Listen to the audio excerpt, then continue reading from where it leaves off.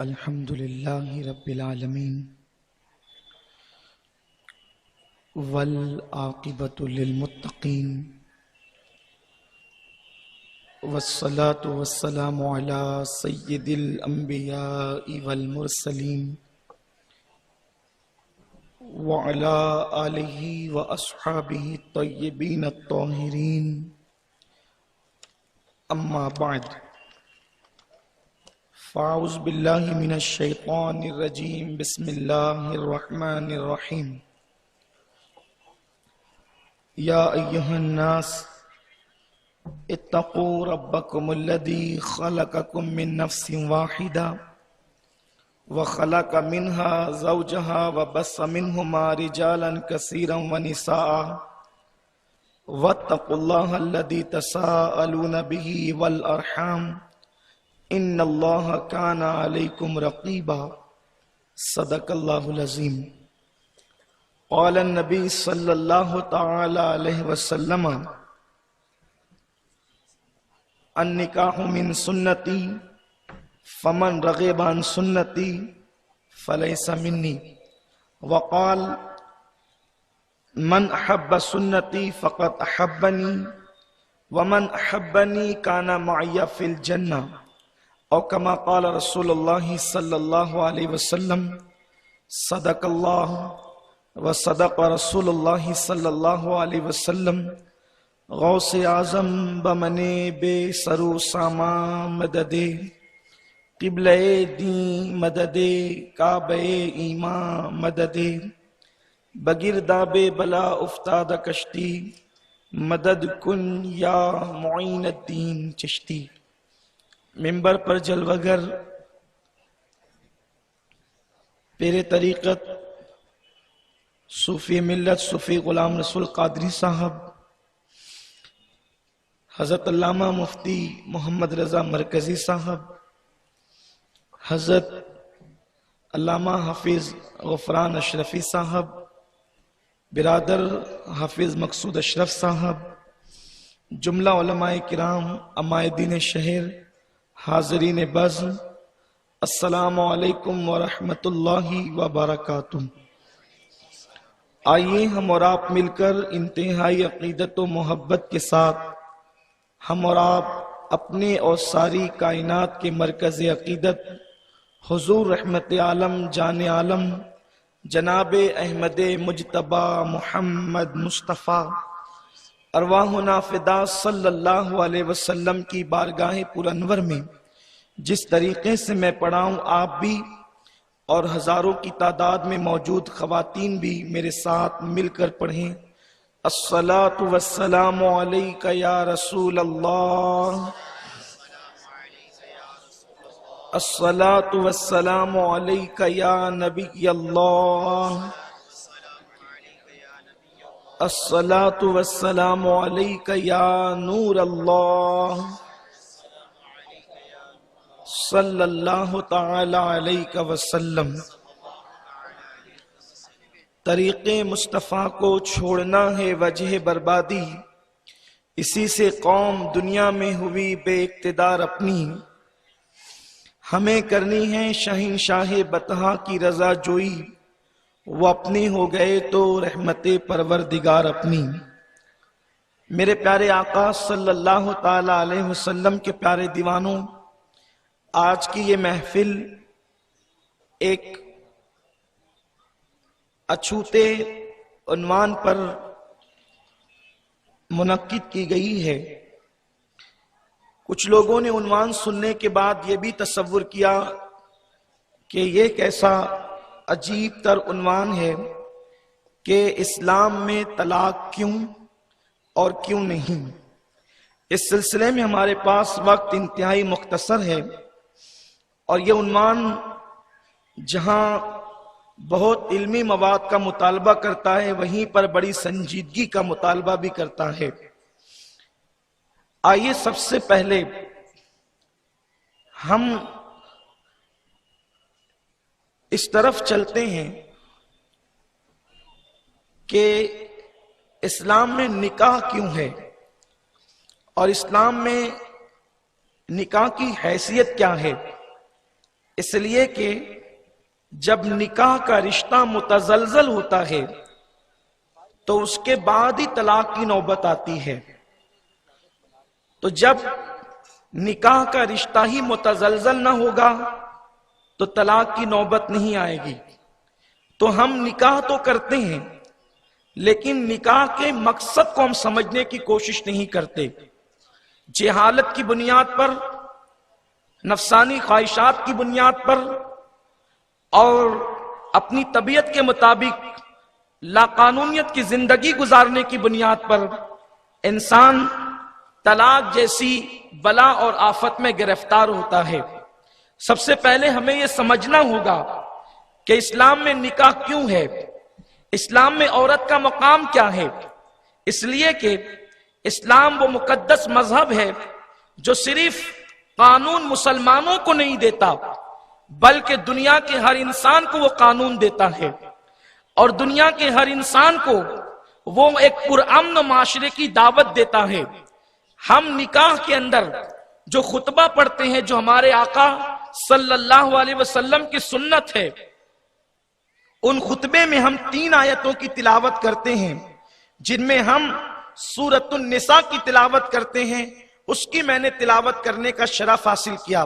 میرا اللہ ارشاد فرماتا ہے، یا ایھا الناس، اے لوگو، اتقو، اللہ سے ڈرو.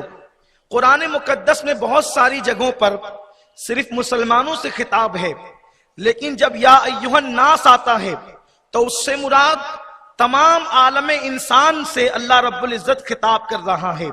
اس لیے کہ اللہ تمام عالمین کا رب ہے، تو وہ تمام عالمین کے انسانوں کو، چاہے وہ گورا ہو یا کالا، چاہے وہ عربی ہو یا اجمی، چاہے وہ پڑھا لکھا ہو یا ان پڑھ، چاہے وہ مسلم ہو یا غیر مسلم، اب اللہ ان سے خطاب کر رہا ہے، یا ایھا الناس اتقو، اے لوگو اپنے رب سے ڈرو. اللہ اکبر. اس رب کی شان کیا ہے؟ ربکم الذی خلقکم من نفس واحدہ، جس رب نے تمہیں ایک جان سے پیدا کیا. ہم سب کے باپ، چاہے وہ مسلم ہو یا غیر مسلم، چاہے وہ عربی ہو چاہے اجمی، چاہے وہ کالا ہو یا گورا، کوئی انسان ہو، اللہ نے ہر انسان کو ایک آدم سے پیدا فرمایا. میرے پیارے آقا صلی اللہ علیہ وسلم کے پیارے دیوانوں، مذہب اسلام کے اندر نکاح اللہ کے نبی صلی اللہ علیہ وسلم کی سنت ہے. طاقت ہونے کے باوجود، قوت ہونے کے باوجود، استطاعت ہونے کے باوجود اگر کوئی نکاح نہیں کرتا تو اللہ کے نبی صلی اللہ علیہ وسلم نے فرمایا، النکاح من سنتی فمن رغب عن سنتی فلیس منی، کہ نکاح میری سنت ہے. سنت کہتے ہیں طریقے کو. اللہ کے رسول صلی اللہ علیہ وسلم فرماتے ہیں نکاح میری سنت ہے. جس نے اس سے رغبت نہیں کی، جس نے طاقت ہونے کے باوجود اس پر عمل نہیں کیا، اللہ کے حبیب علیہ الصلوۃ والتسلیم فرماتے ہیں فلیس منا، وہ میری سوسائٹی کا ممبر نہیں. اللہ کے رسول صلی اللہ علیہ وسلم نے اس کو معاشرے سے نکال کر کے باہر کیا ہے جو طاقت ہونے کے باوجود نکاح نہیں کرتا. اس لیے کہ نکاح انسان کی نظروں کو حیا سے جھکا دیتا ہے. نکاح انسان کے اس محلال کو، بے چینی کو ختم کرتا ہے. اس لیے کہ اللہ رب العزت نے ہر انسان کے اندر نفسانی قوت پیدا کی ہے جسے ہم سیکس کہتے ہیں. ہر انسان کے اندر یہ بھوک موجود ہے. اگر جائز طور پر انسان اس کے ازالے کی کوشش نہیں کرے گا تو اس کے قدم ناجائز طور پر اٹھیں گے. اس لیے اسلام کے اندر نکاح کو ایک مستقل حیثیت عطا کر دی گئی ہے. آپ دیکھیں جتنی بھی عبادتیں ہیں، نماز، روزہ، حج، زکوٰۃ، خیرات، صدقات، جتنی بھی عبادتیں ہیں، ساری عبادتیں زمین پر آنے کے بعد ہمیں ملی ہے. لیکن نکاح اللہ کو اتنا پسند ہے کہ میرے اللہ نے حضرت آدم علیہ السلام کو جب پیدا فرمایا تو جنت میں جناب حوا کے ساتھ جناب آدم علیہ السلام کا نکاح فرمایا. میرے پیارے آقا صلی اللہ علیہ وسلم کے پیارے دیوانوں، نکاح صرف جنسی تسکین کے لیے نہیں ہے، نکاح صرف اپنے سیکس کی تکمیل کے لیے نہیں ہے. نکاح کیوں ہے؟ اللہ رب العزت ارشاد فرماتا ہے لِتَسْكُنُوا إِلَيْهَا، کہ تمہاری جو بیویاں ہیں وہ تمہارے لیے سکون کا ذریعہ ہے، وہ تمہارے لیے اطمینان قلبی کا ذریعہ ہے۔ آپ دیکھ لیں جس کے پاس بیوی نہیں ہے اس کی زندگی دیکھیں، اور جس کے پاس بیوی ہے اس کی زندگی دیکھیں۔ قرآن نے بیوی کو شوہر کے لیے سکون کا ذریعہ قرار دیا ہے، بیوی سکون کا ذریعہ ہے، بیوی اطمینان کا ذریعہ ہے۔ اللہ کے رسول صلی اللہ علیہ وسلم کے غلاموں، یہی وجہ تو ہے اللہ کے پیارے حبیب غیب داں نبی صلی اللہ علیہ وسلم نے ارشاد فرمایا کہ نیک بیوی جس کو مل گئی اس کو دنیا میں جنت مل گئی۔ اور جگہوں پر عورت کو بھیانک تصور دیا جاتا ہے، کوئی کہتا ہے عورت نحوست ہے، کوئی کہتا ہے عورت بے برکتی ہے۔ یہ اسلام کا تصور ہے کہ اسلام ایک بیوی کو، نیک بیوی کو دنیا کی جنت قرار دیتا ہے۔ اللہ کے حبیب علیہ الصلوۃ والتسلیم فرماتے ہیں کہ دنیا کی ساری چیزیں برتنے کا سامان ہے، اور بہترین برتنے کا سامان جو ہے وہ نیک بیوی ہے۔ میرے آقا صلی اللہ علیہ وسلم کے دیوانوں، کائنات کی ہر نعمت آپ کو مل جائے، لیکن اگر آپ کے پاس بیوی نہیں ہے تو آپ کی زندگی ناقص اور نامکمل ہے۔ آئیے اس کو قرآن سے سمجھتے ہیں۔ جس وقت اللہ نے جنت میں حضرت آدم علیہ السلام کو پیدا فرمایا، جناب آدم علیہ السلام کی ولادت طیبہ ہوئی۔ ولادت اس معنی میں کہ اللہ نے اپنے دست قدرت سے آدم کا مجسمہ بنایا۔ یہ حضرت آدم علیہ السلام وہ ہیں کہ پوری دنیا کے انسان ان کی اولاد ہیں۔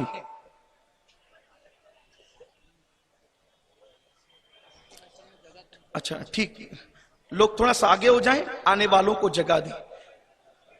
ہاں آپ چیخ پکار نہیں کریں، فوراً بیٹھ جائیں، وقت کی بہت قلت ہے۔ ایک بار بلند آواز سے سب لوگ درود شریف پڑھ لیں۔ اللہم صلی علی سیدنا محمد مولانا محمد مادن صلاۃ و سلام علیک یا والہ کرام اجمعین، صلاۃ و سلام علیک یا رسول اللہ۔ جب اللہ نے حضرت آدم علیہ السلام کو اپنے دست قدرت سے پیدا کیا، یہ اسلام کا ایک عظیم تصور ہے کہ اور جگہوں پر انسان کی توہین کی جاتی ہے۔ کوئی کہتا ہے انسان بندر سے پیدا ہونے والے ایک عجوبے کا نام ہے، کوئی کچھ کہتا ہے، کوئی کچھ کہتا ہے، لیکن انسان سب سے پہلے انسان کو جسے آدم کہتے ہیں، اللہ فرماتا ہے کہ میں نے انسان کو اپنے ہاتھوں سے پیدا کیا۔ اللہ فرماتا ہے اپنے دست قدرت سے پیدا کیا۔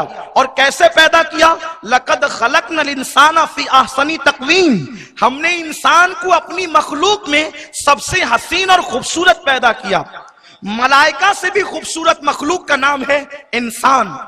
یہ تبسم ریز کلیاں، یہ بلکھاتی ہوئی ندیاں، یہ طغیانی پر اور شباب پر اپنی زندگی کے لمحات کو جو ہے وہ گزارنے والے سمندر، یہ سیب کی موتیاں، یہ شفق کا جمال، یہ افق کی سرخی، یہ سورج کی کرنیں، یہ چاند کی چاندنی، جتنی مخلوق اللہ کی ہے سب سے خوبصورت ترین اگر کوئی مخلوق ہے تو اسے انسان کہتے ہیں۔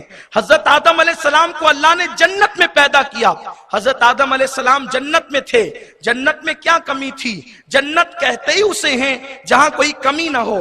وہاں جنت کی حوریں ہیں، وہاں باغات ہیں، وہاں نہریں ہیں، وہاں ہر نعمت موجود ہے۔ لیکن حضرت آدم رب کی بارگاہ میں عرض کرتے ہیں، میرے اللہ، میرے رب، یہاں پر سب کچھ ہے لیکن یہاں کوئی میرا ہمدم نہیں ہے، کوئی میرا ہمراز نہیں ہے، کوئی میرا اپنا نہیں ہے، کوئی میرے جیسا نہیں ہے۔ تو اللہ تبارک و تعالیٰ نے حضرت آدم علیہ السلام کی بائیں پسلی سے، جو اوپر والی پسلی ہے، اس سے حضرت حوا کو پیدا کیا۔ اسی لیے جو ماہرین ہیں وہ کہتے ہیں کہ انسان کے دائیں طرف پسلیاں زیادہ ہیں اور بائیں طرف ایک پسلی کم ہے۔ اس لیے کم ہے کہ اس ایک پسلی سے اللہ نے حضرت آدم کی بیوی حوا کو پیدا کیا۔ اب یہاں ذرا غور فرمائیں آپ، اسی میں آپ کو عورت کا مقام اور مرتبہ بھی ملے گا، اور اسی میں آپ کو طلاق کا علاج بھی ملے گا کہ طلاق پر ہم کس طریقے سے باندھ سکتے ہیں۔ جب تک شوہر کی نظر میں بیوی کا مقام نہیں ہوگا، اس وقت تک کہ کوئی بیوی اور شوہر سکون و اطمینان کی زندگی نہیں گزار سکتے۔ ہمیں سماج میں ایک مقام متعین کرنا ہوگا کہ کس کا مقام کیا ہے، کس کا مرتبہ کیا ہے۔ بیوی پیر کی جوتی کا نام نہیں ہے، لوگ یہ سمجھتے ہیں کہ میں مرد ہوں، میں کما کر کے لاتا ہوں، میں طاقتور ہوں، میں قوت والا ہوں، اس لیے شوہر کا مطلب یہ ہے کہ ہمیشہ موچوں پر تاؤ ہوگا، شوہر کا مطلب یہ ہے بیوی کو مارا جائے گا، شوہر کا مطلب یہ ہوگا ہر وقت گالیوں سے نوازا جائے گا۔ اسلامی شوہر کیا ہے؟ قرآن نے شوہر کا تصور کیا دیا ہے اور بیوی کا مقام کیا دیا ہے، اسے سمجھنے کی کوشش کریں۔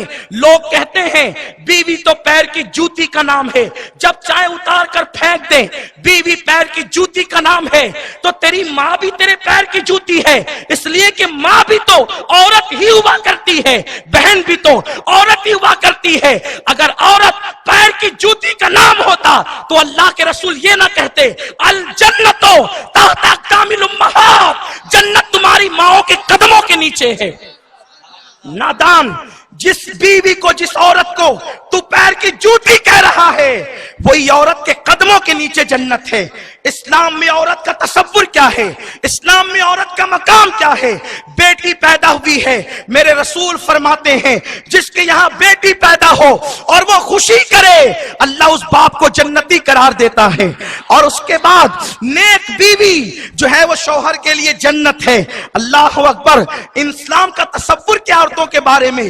عورتوں پہ ظلم کرنے والوں، اگر تم سچے مسلمان ہو، اگر تم قرآن کی تعلیم پہ ایمان لائے ہو تو بیٹی پیدا ہو تو ماں باپ کو جنتی بناتی ہے، دلہن بن کے شوہر کے یہاں جائے تو شوہر کو جنتی بناتی ہے، اور جب وہ ماں بن جاتی ہے اللہ جنت سمیٹ کر اس کے قدموں میں رکھ دیتا ہے۔ الجنت تحت اقدام الامہات، یہ بات میں کہنا چاہتا ہوں، اس وقت ہمارے ملک ہندوستان میں بیٹی بچاؤ کا نعرہ دیا جا رہا ہے اور ہم اس کی تائید کرتے ہیں، یہ نعرہ بالکل لگنا چاہیے، لیکن یہ بھی ہم کہنا چاہتے ہیں لوگ آج بیٹی بچاؤ کا نعرہ لگا رہے ہیں، مکے سے 1450 سال پہلے ہمارے نبی نے بیٹی بچاؤ کا نعرہ دیا۔ سبحان اللہ، نعرہ تکبیر، نعرہ رسالت، مذہب اسلام، سنی دعوت اسلامی۔ جب لوگ بیٹیوں کو زندہ دفن کرتے تھے اس وقت میرے نبی اپنی بیٹی کے لیے اٹھ کر کے کھڑے ہوتے تھے اور فرماتے تھے فدا کے امی و ابی یا فاطمہ، اے فاطمہ تجھ پر میرے ماں باپ قربان ہو جائیں۔ یہ اسلام میں بیٹی کا تصور ہے۔ بہرحال عرض یہ کر رہا تھا کہ جناب آدم نے عرض کی اللہ جنت میں سب ہے لیکن میرے جیسا کوئی نہیں، تو اللہ نے آدم کی بائیں پسلی سے جناب حوا کو پیدا کیا۔ اتنی خوبصورت عورت اپنے سامنے دیکھی۔ یہاں ایک بات اور عرض کروں، دنیا کی جو عورتیں ہیں وہ جنت کی حوروں سے زیادہ خوبصورت کر دی جائے گی جب وہ جنت میں ہوگی۔ جب وہ جنت میں ہوگی تو حوروں سے حسین ہوگی وہ، اس لیے کہ لقد خلقنا الانسان فی احسن تقویم، حوروں سے زیادہ حسن ایک جنتی عورت کا ہوگا، بشرط یہ ہے کہ وہ جنت میں جائے۔ حضرت آدم نے ایک عورت کو اپنے سامنے دیکھا، میں اپنے نوجوانوں سے خصوصی توجہ چاہتا ہوں، ایک عورت کو اپنے سامنے دیکھا، جنت کا ماحول، آدم جیسا متقی پرہیزگار مرد اور حوا جیسی پارسا اور محفوظ عورت، وہ عورت جس کو دنیا کا ہر انسان ماں کہتا ہے اور وہ مرد جسے دنیا کا ہر انسان باپ کہتا ہے۔ حضرت آدم نے خوبصورت عورت کو دیکھا۔ انسان کی فطرت ہے کہ وہ حسن کا دیوانہ ہے، وہ حسن کی طرف بڑھتا ہے۔ حضرت آدم علیہ السلام جب حوا کی طرف بڑھنے لگے تو اللہ نے فرمایا آدم رکو، اف یا آدم، آدم ٹھہرو، رکو۔ حضرت آدم نے عرض کی اللہ کیوں رکیں؟ ارشاد ہوا تو حوا سے ابھی بات نہیں کر سکتا۔ اللہ کیوں نہیں کر سکتا؟ کیونکہ یہ حوا تو بنی میرے لیے ہے۔ ارشاد ہوا آدم بنی تیرے لیے ہے لیکن ابھی اس کے ساتھ تیرا نکاح نہیں ہوا، نکاح سے پہلے تو حوا سے بات نہیں کر سکتا۔ آپ مجھے بتائیں کہ آدم جیسا نیک بندہ، حوا جیسی نیک عورت، فرشتوں کا جمگٹا، جنت کا ماحول جس کے بارے میں قرآن کہتا ہے الا قیلن سلامن سلاما، وہاں سلامتی کے سوا کچھ اور نہیں ہے، وہاں شر نہیں ہے، خیر ہی خیر ہے۔ آدم جیسا نیک، حوا جیسی نیک، جنت کا ماحول، اور وہ آدم کے لیے پیدا ہوئی، دوسرا کوئی مرد تو تھا نہیں جس کے لیے وہ پیدا ہوتی، تھی آدم کے لیے، تھی آدم کی پسلی سے، لیکن جب حضرت آدم نے بات کرنا چاہا تو جناب آدم کو اللہ نے روک دیا۔ اب آپ مجھے بتائیں کہ جب آدم جیسا مرد نیک ہو، حوا جیسی پرہیزگار عورت ہو، جنت کا ماحول ہو، اگر شادی سے پہلے وہ دونوں بات کرنا چاہیں تو اللہ انہیں بات کرنے نہیں دیتا۔ جب اللہ آدم و حوا کو شادی سے پہلے ایک دوسرے سے کانٹیکٹ کی، بات چیت کی اجازت نہیں دیتا، تو آج تمہیں کس نے اجازت دی ہے کہ تم اپنی منگیتر کو بائک پر لے کر پھرو، تم اپنی منگیتر کے ساتھ بازو سے بازو لگا کر کے تصویریں نکلواؤ، تم اپنی منگیتر کے ساتھ رات کے 2-3 بجے فون پر گفتگو کرو؟ آپ کو یہ خیال لگتا ہے کہ یہ تعلیمات دقیانوسی ہے؟ یہ دقیانوسی تعلیمات نہیں ہے، اس لیے کہ یہ اسلام کا قانون ہے، اور اسلام کا قانون ہر دور کے لیے ہے، ہر عصر کے لیے ہے، ہر زمانے کے لیے ہے۔ جب جب اس پہ عمل ہوگا، اس کی حکمتیں، اس کے قانون اللہ نے بنایا ہے، اور اللہ بہتر جانتا ہے کہ اس دور کے تقاضے کیا ہیں۔ تو جناب آدم کو اللہ نے روکا۔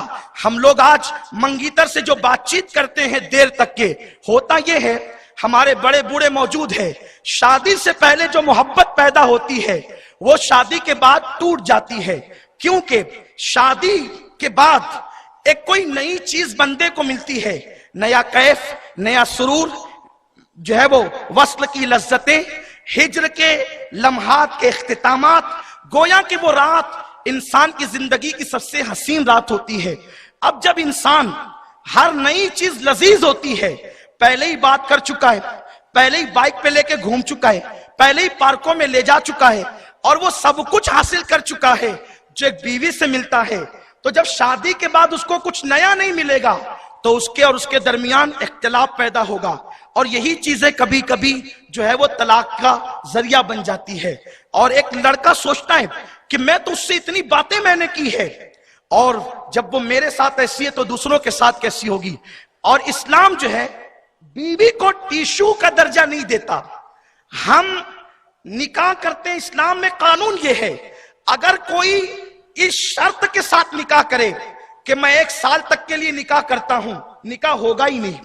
میں 5 سال کے لیے نکاح کرتا ہوں، نکاح ہوگا ہی نہیں۔ نکاح کے لیے اسلام کا قانون یہ ہے کہ جب تک کہ یہ نہ ہو کہ میں زندگی بھر تک اسے رکھوں گا، اس وقت تک کہ نکاح ہو ہی نہیں سکتا۔ یعنی نکاح کا مطلب یہ ہے زندگی بھر تک کسی کے ساتھ نبھانے کا معاملہ ہو، اور ساتھ نبھانا بھی کیسا؟ ایسے نہیں جیسے 2 فرینڈ اور گرل ساتھ نبھاتے ہیں کہ صبح کو ملے اور شام کو جدا ہو گئے، نہیں۔ کس طرح ساتھ نبھایا جائے گا؟ تو اللہ ارشاد فرماتا ہے ہن لباس لکم وانتم لباس لہن۔ اس انداز سے ساتھ نبھایا جائے گا کہ شوہر بیوی کا لباس ہے، بیوی شوہر کا لباس ہے۔ جتنے عیب شوہر اپنی بیوی میں دیکھے گا وہ سب چھپائے گا، کسی سے بیان نہیں کرے گا، اور بیوی جتنے عیب اپنے شوہر کے دیکھے گی وہ سب چھپائے گی، کسی سے بیان نہیں کرے گی۔ کتنی محبت ہوگی آپس میں۔ اللہ نے بائیں پسلی سے پیدا کیا حوا کو۔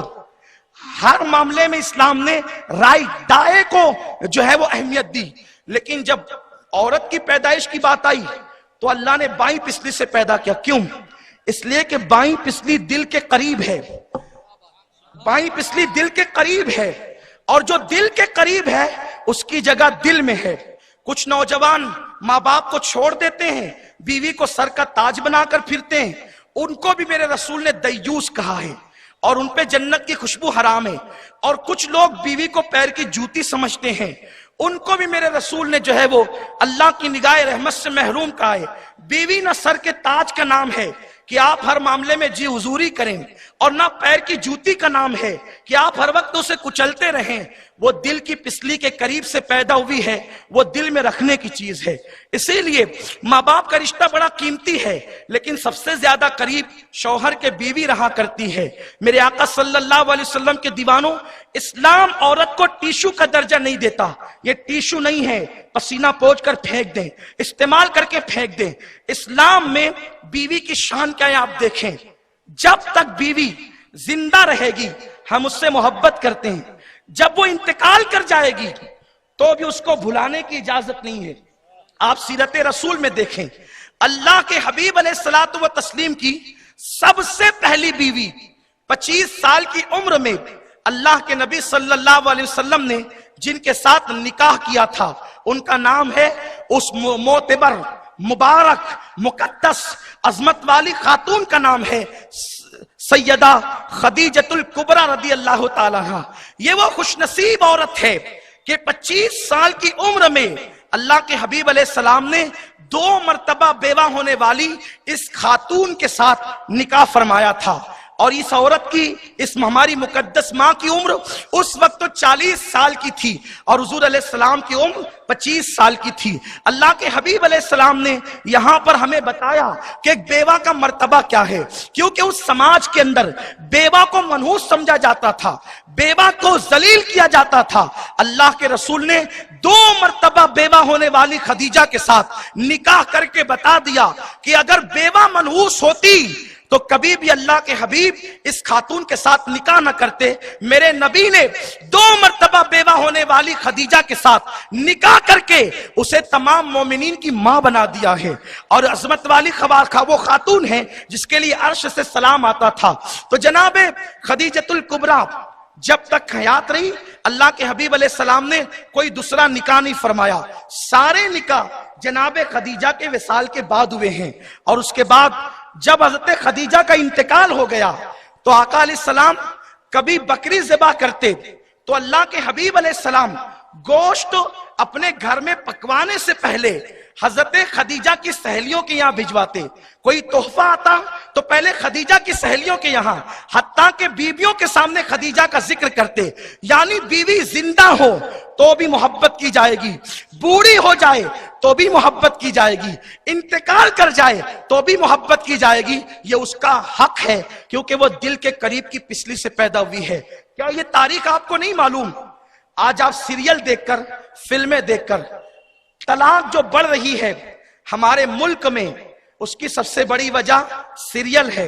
آج کل پاکستانی سیریلوں کے نام سے ہمارے سماج میں کچھ کہانیاں چل رہی ہے، اور اس کے بارے میں یہ ہے کہ یہ گھریلو کہانیاں ہیں۔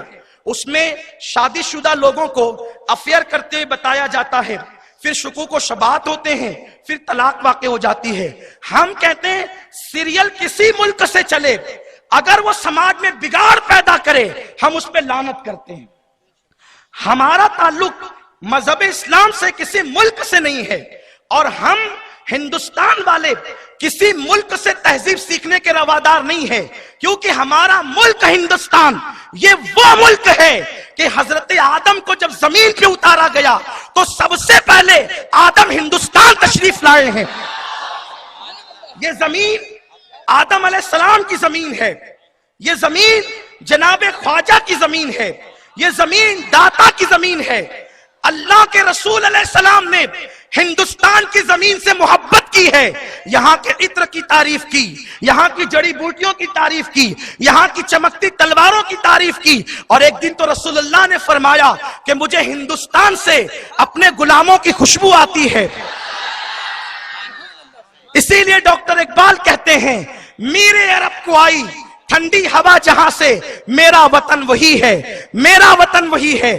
ہم ہندوستانی ہونے پر اتنا ہی فخر کرتے ہیں جتنا ہم مسلمان ہونے پہ فخر کرتے ہیں۔ اس کی وجہ یہ ہے کہ ہندوستانی ہونا بھی یہ ہمارا اہل بیت سے جڑنے کے مترادف ہے، کیونکہ جس سینے کے اندر خواجہ غریب نواز سو رہے ہو اس سینے سے محبت کرنا یہ ہمارے مذہب کا سبحان اللہ۔ نعرہ رسالت، نعرہ رسالت، خواجہ کا ہندوستان، سنی دعوت اسلامی، سبحان اللہ سبحان اللہ۔ یہی وجہ ہے کہ صوفیوں کے ماننے والے کبھی مذہب کے خلاف نہیں گئے۔ بات آئیے تو صرف اشارہ کر کے گزروں گا، میرا عنوان وہ نہیں ہے۔ اولیاء کے ماننے والے کسی دور میں مذہب کے خلاف نہیں گئے۔ 1857 میں سب سے پہلے انگریزوں کے خلاف دلی کی جامع مسجد سے اگر کسی نے جہاد کا فتویٰ دیا تھا اور ہندوستان کو بچانے کا شعور دیا تھا تو سلسلہ چشتیہ کا وہ سپوت تھا، اور سلسلہ چشتیہ کا وہ پیر طریقت تھا جس کو دنیا فضلیہ خیر آبادی کے نام سے جانتی ہے۔ الحمدللہ۔ تو عرض یہ کر رہا تھا کہ ہندوستان کی سرزمین پر حضرت آدم علیہ السلام سب سے پہلے تشریف لائے۔ تو یہ جو سیریل ہے غیر ملکی سیریل، اس پہ پابندی لگنی چاہیے۔ ایک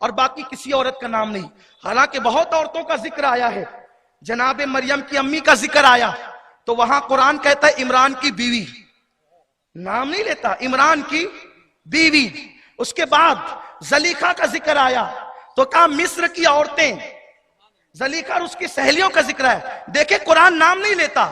پھر جب کسی عورت کا نام نہیں لیا، اما عائشہ کا ذکر آیا سورہ نور میں، نام نہیں لیا. سورہ 5ویں پارے میں سورۃ النساء میں ذکر آیا، نام نہیں لیا. کہیں عورت کا نام نہیں ہے. صرف ایک عورت کا نام ہے جس کا نام مریم ہے. وہ کیوں آیا؟ وہ اس لیے آیا کہ لوگوں نے یہ مشہور کر دیا تھا کہ مریم اللہ کی بیوی کا نام ہے.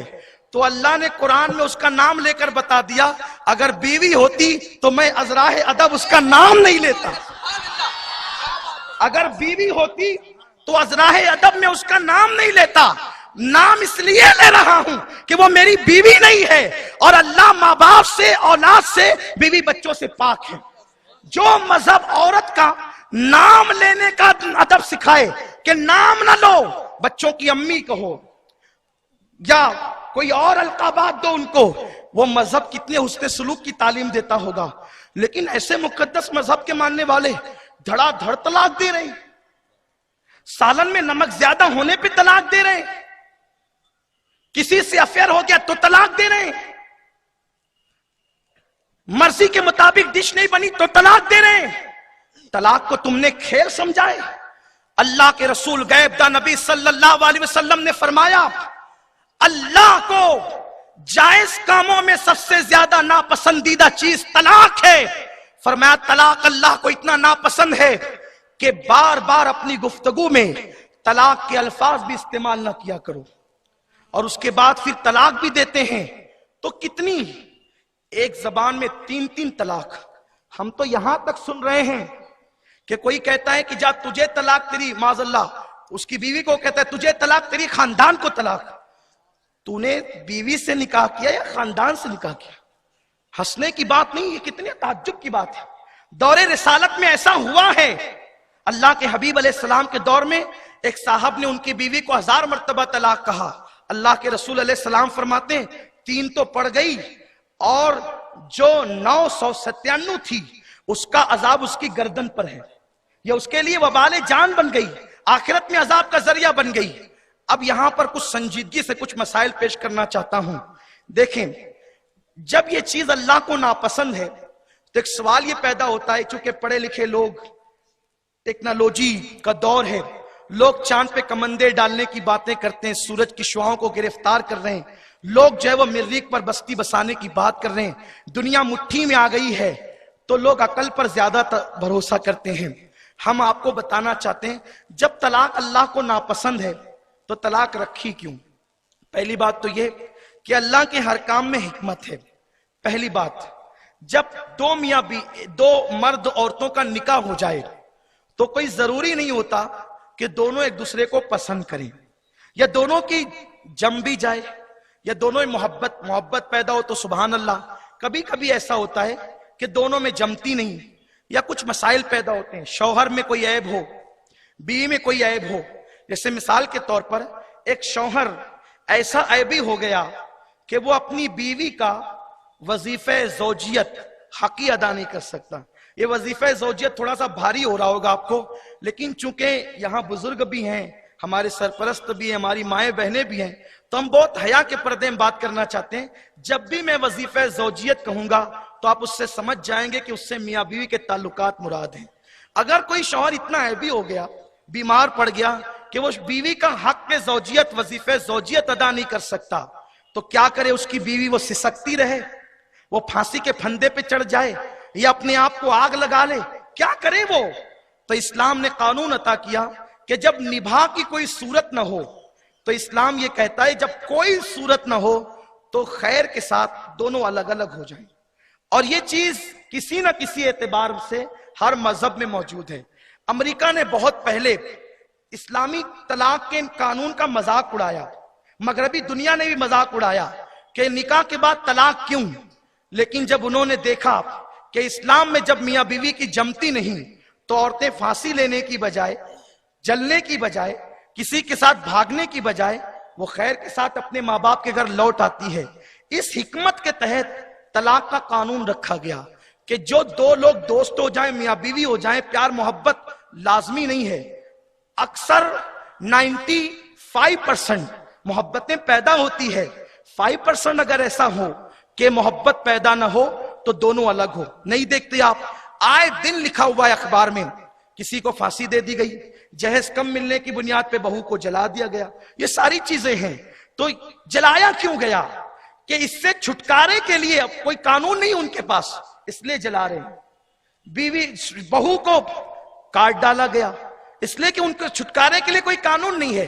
اسلام کہتا ہے اتنا بڑا ظلم مت کرو، اگر لائے ہو نہیں نپٹی خیر کے ساتھ طلاق دے دو.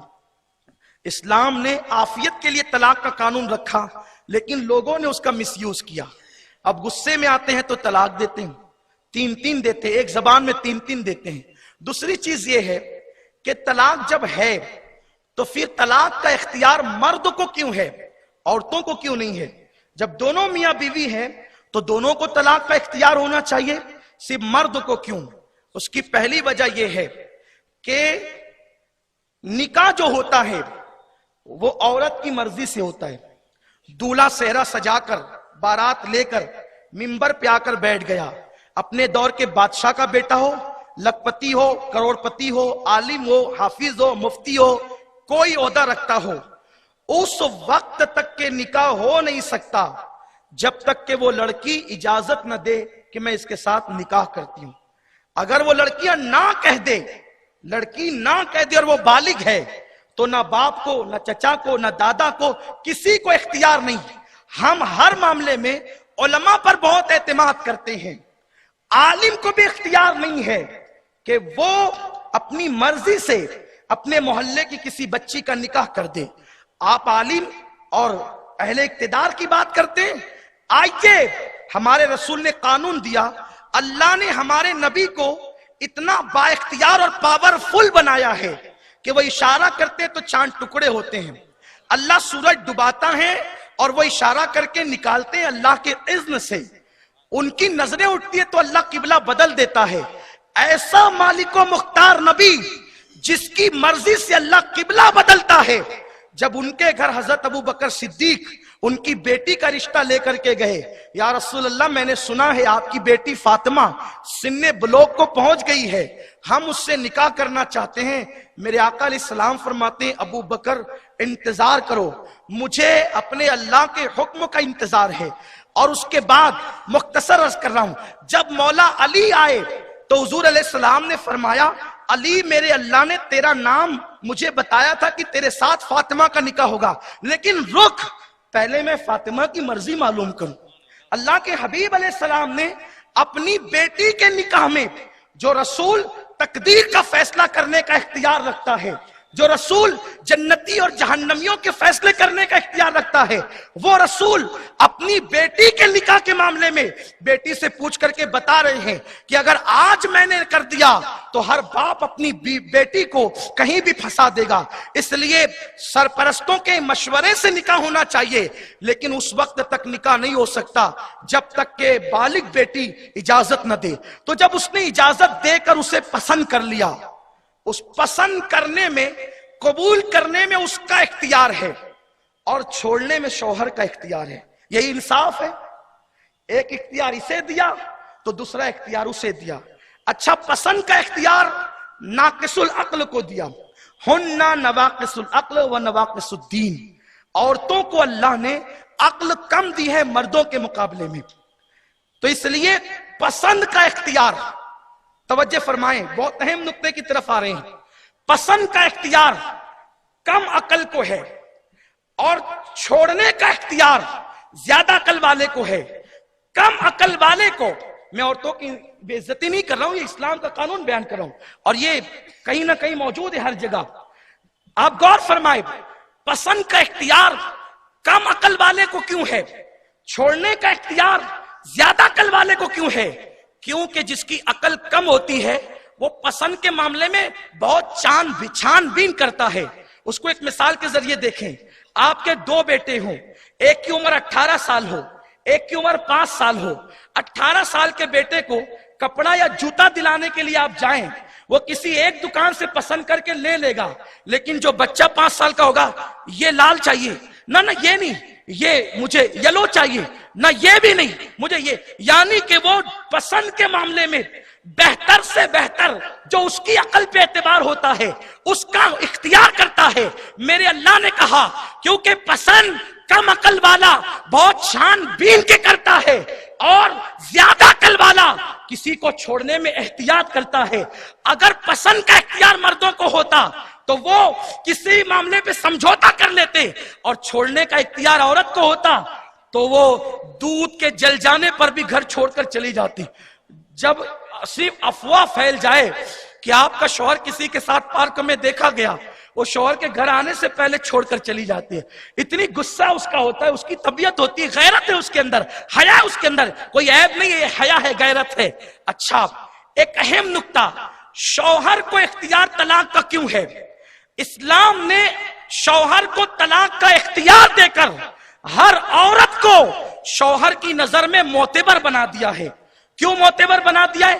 اگر عورت کو بھی طلاق کا اختیار ہوتا تو تجوری کی چابی کبھی وہ بیوی کے ہاتھ دے کر نہ جاتا، شوہر کو ہر وقت ڈر لگا رہتا، میں جاؤں گا ڈیوٹی پر، اور یہ اگر لے کر کے چلی گئی پھر کہاں پکڑوں گا اسے، لکھ کر چلی جائے گی کہ ہم نے آپ کو طلاق دے دیا ہے۔ قربان، ہر شوہر ڈیوٹی پر دماغ گھر لگا رہتا، پتہ نہیں کب لکھ کر چلی جائے گی، کب لکھ کر چلی جائے گی۔ عورت سے طلاق کا حق لے کر اسلام نے عورت پہ ظلم نہیں کیا ہے، شوہر کے نزدیک معتبر بنا دیا ہے۔ ہر شوہر بے فکر ہو کر گھر سے نکلتا ہے، جب تک لوٹ کر نہیں آؤں گا، جائے گی کہاں؟ چلی بھی گئی تو کہاں ہوگی؟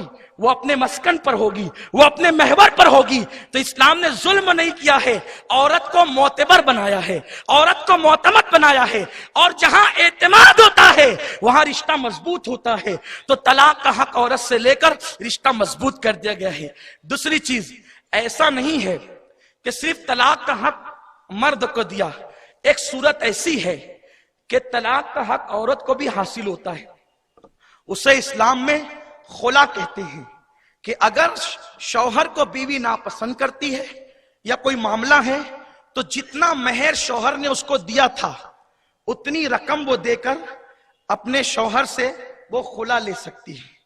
پھر اس کے بعد آپ دیکھیں، ظلم نہیں ہے، اسلام میں ایک قانون قاضی کا قانون ہے، جو قاضی شرع ہوتا ہے اس کو اسلام نے اتنا اختیار دیا، اگر شوہر کسی پہ ظلم کرتا ہے طلاق نہیں دیتا، کیونکہ اسلام سے پہلے ایسا تھا کہ لوگ نکاح کرتے تھے، نکاح کرنے کے بعد پھر ایک طلاق دیتے تھے، عدت پوری ہونے سے پہلے یا طلاق پڑنے سے پہلے پھر رجوع کرتے تھے، پھر طلاق دیتے تھے، پھر رجوع کرتے تھے، پھر طلاق دیتے تھے، پھر رجوع کرتے تھے۔ اسلام آیا تو یہ قانون اسلام نے چینج کر دیا اور کہا الطلاق مرتان، کہ طلاق جو ہے وہ صرف 2 مرتبہ ہے، اور جب تیسری مرتبہ طلاق ہوگی تو میاں بیوی کے تعلق مکمل ختم ہو جائیں گے۔ 3 مرتبہ کبھی طلاق نہ دیں، اس لیے کہ جب آپ 3 مرتبہ طلاق دیتے ہیں، 3 مرتبہ طلاق اگر آپ دیتے ہیں تو پھر کوئی نباہ کی صورت نہیں رہ جاتی، کیونکہ وہ بیوی اسی وقت فوراً آپ سے اجنبی ہو جاتی ہے، اور اس کے بعد وہ آپ کے ساتھ رہ نہیں سکتی۔ دور رسالت سے لے کر 1857 تک یا 1851 تک یہی قانون چلا آیا کہ 3 طلاق 3 ہے، لیکن اس کے بعد کچھ لوگ 2.5% اسلام میں ایسے پیدا کیا انگریزوں نے کہ جنہوں نے بہت سارے معاملات میں اختلاف پیدا کیا، تو طلاق کے معاملے بھی انہوں نے اختلاف پیدا کیا کہ یہ 3 نہیں بلکہ 1 ہے۔ آپ قرآن حدیث کو اپنی جگہ رکھیں، ہمارے ڈپارٹمنٹ کے لوگ بھی موجود ہیں، دانشور طبقہ بھی موجود ہیں، مہیلا منڈل کے لوگ بھی موجود ہیں، بڑے عظیم لوگ اس محفل میں ہیں۔ میں آپ سے پوچھتا ہوں کہ جو لوگ یہ کہتے ہیں کہ ایک محفل میں 3 طلاق ایک ہی ہوتی ہے، اس کو عقل بھی گوارا نہیں کرتی، مذہب بھی گوارا نہیں کرتا۔ اس کو ایک انداز سے یوں سوچے، ایک محفل میں چپل اتار کر اگر کوئی کسی کے گال پہ 3 مرتبہ مارے، جب وہ پولیس اسٹیشن میں کمپلین لکھانے کے لیے جائے گا تو کیا وہ یہ کہے گا کہ 1 مرتبہ مجھے مارا گیا یا 3 مرتبہ؟ آپ کہیں گے 3 مرتبہ. ہم آپ سے پوچھتے ہیں جب ایک نشست کی 3 گالیاں 3 ہی ہے، اگر کوئی کسی کو ایک محفل میں 3 گالیاں دے تو کمپلین تو 3 کی ہوگی نا. 3 تماچے مارے تو 3 ہوں گے. ایک نشست کی 3 گالیاں 3 ہے. ایک نشست کی 3 مرتبہ سبحان ربی الاعلیٰ سجدے میں 3 ہے. ایک نشست کے اندر 3 تماچے 3 ہے. تو آخر بیچاری طلاق نے کیا قصور کیا ہے کہ اس کو ایک نشست میں 1000 مرتبہ دیا جائے پھر بھی ایک ہی مانا جائے؟ یہ قطعاً عقل کے خلاف ہے اور عقل کے ساتھ ساتھ مذہب کے بھی خلاف ہے. مفتی صاحب نے آپ کو 3 طلاق کی شرعی حیثیت بتائی. میں صرف ایک بات آپ کے سامنے پیش کرتا ہوں. 3 ہی ہے. حضرت فاطمہ بنت قیس ان کا طلاق ہوا. کچھ لوگ آقا کے پردہ فرمانے کے بعد اس بڑھیا سے ملنے گئے اور کہا ہمیں طلاق کے بارے میں بتائیں. تو انہوں نے کہا میرے شوہر سفر پر جانے سے پہلے انہوں نے مجھے 3 طلاقیں دی اور 3 دی تو اللہ کے رسول نے تینوں کو نافذ کر دیا. 3 دینا گناہ ہے لیکن اگر کوئی دے دے گا تو نافذ ہو جائے گی. ہمارے نوجوان یہ سمجھتے ہیں کہ 3 طلاق جب تک 2 نہیں اس وقت تک طلاق ہوتی نہیں، اور جب غصہ ٹھنڈا ہوتا ہے سر پکڑتے ہیں، ہائے وائے کرتے ہیں. علماء سے کہتے ہیں کوئی رستہ نکالیں. علماء رستہ کیسے نکال سکتے ہیں؟ دیکھو ہم ہندوستان کے شہری ہیں، کتنا بھی بڑا شہری ہو، یہاں کا کارپوریٹر ہو، ایم ایل اے ہو، ایم پی ہو یا کوئی بہت بڑا آفیسر ہو، وہ قانون کا نفاذ کر سکتا ہے، قانون بدل نہیں سکتا. کسی بھی آفیسر کو ملک کا قانون بدلنے کا اختیار نہیں ہے. تو جب ہم ایک ملک میں رہ کر اس کے شہری ہو کر اس کا قانون نہیں بدل سکتے تو ہم اللہ کا قانون قرآن کیسے بدل سکتے ہیں؟ آپ یہ جو کہتے کوئی رستہ نکالیں، راستے آپ بند کریں اور آپ کہتے راستے نکالیں. دیکھیے میں آپ کو ایک راستہ بتاتا ہوں. طلاق 3 کبھی نہ دیں. اگر ایسے حالات پیدا ہو ہی جائیں کہ طلاق دینے کو آپ ضروری سمجھتے ہیں تو آپ صرف 1 طلاق دیں، کیونکہ بعض صورتوں میں 1 طلاق سے بھی عورت اجنبی ہو جاتی ہے. اس کی صورت قانون نے یہ بتایا ہے کہ اگر 1 طلاق کوئی شوہر اس کی بیوی کو دیتا ہے تو یہ 1 طلاق ہو گئی رجعی. رجعی مطلب یہ ہے کہ آپ اس کو واپس لے سکتے ہیں. اس کو کہتے ہیں رجعی، یعنی رجعت کرنا، لوٹنا. تو اگر کسی نے 1 طلاق دیا تب اس کے پاس، آپ کو سمجھانے کے لیے کہہ رہا ہوں، 3 مہینے کا کم و بیش وقفہ موجود ہوتا ہے اپنی بات پہ غور کرنے کا. حالانکہ عدت 3 مہینے نہیں ہوتی بلکہ 3 پیریڈ ہوتے ہیں جس کو ہم حیا کے پردے میں ایام ممنوعہ کہتے ہیں، لوگ اس کو MC بھی کہتے ہیں. اب آپ سمجھ گئے ہوں گے. تو اگر 1 رجعی طلاق، 1 طلاق اگر کسی شوہر نے اس کی بیوی کو دے دیا تو عدت یعنی 3 پیریڈ جب تک نہیں آ جاتے، یعنی کم و بیش اس کی مدت 3 مہینے ہوتی. سمجھنے کے لیے کہ آپ اس کو 3 نہ سمجھیں، صرف اگزامپل دے رہا ہوں. 3 مہینے کا وقفہ ہوتا ہے. آپ سوچ لیں آپ کا غصہ ٹھنڈا ہو جائے. 3 مہینے کے آپ تو 3 منٹ کے بعد ٹھنڈے ہوتے ہیں. آپ تو 3 منٹ کے بعد ٹھنڈے ہوتے ہیں. 3 مہینے کا وقفہ آپ کو مل رہا ہے. غور کر لیں، سوچ لیں، اگر آپ ٹھنڈے ہو گیا، آپ کا غصہ ٹھنڈا ہو گیا تو آپ رجوع کر سکتے ہیں. یعنی آپ یہ کہہ دیں کہ بھئی ہم نے اپنی بات واپس لیا، میں رجوع کرتا ہوں. یا زبان سے نہ کہا، اس کو گھر میں لے آیا اور میاں بیوی جیسا سلوک کر لیا تو رجوع ہو گیا. لیکن اگر آپ ضد پہ اڑے رہے، وہ بیگم بھی ضد پہ اڑی رہی اور عدت گزرنے تک دونوں میں سے کسی نے نباہ کا معاملہ نہیں لایا، تو ایسی صورت میں جب عدت گزر جائے گی تو جس کو آپ نے 1 طلاق رجعی دی تھی وہ بائنہ ہو جائے گی. 1 ہی ہوگی لیکن وہ بائنہ ہو جائے گی. اب اگر وہ بائنہ ہو گئی تو وہ عدت گزار کر اب کسی اور کے ساتھ نکاح کر سکتی ہے. یہ قانون ہے، ٹھیک ہے. لیکن عدت گزر گئی اور آپ کا دماغ کا غصہ ٹھنڈا نہیں ہوا اور وہ ہو گئی عدت گزرنے کے بعد اجنبی یا بائنہ، تو اگر آپ 50 سال کے بعد بھی اب اس سے نکاح کرنا چاہیں تو بغیر حلالے کے آپ نکاح کر سکتے ہیں، کیونکہ آپ نے طلاق تو 1 ہی دی تھی نا، اس لیے آپ حلالے کے بغیر نکاح کر سکتے ہیں. یہ ہے قانون.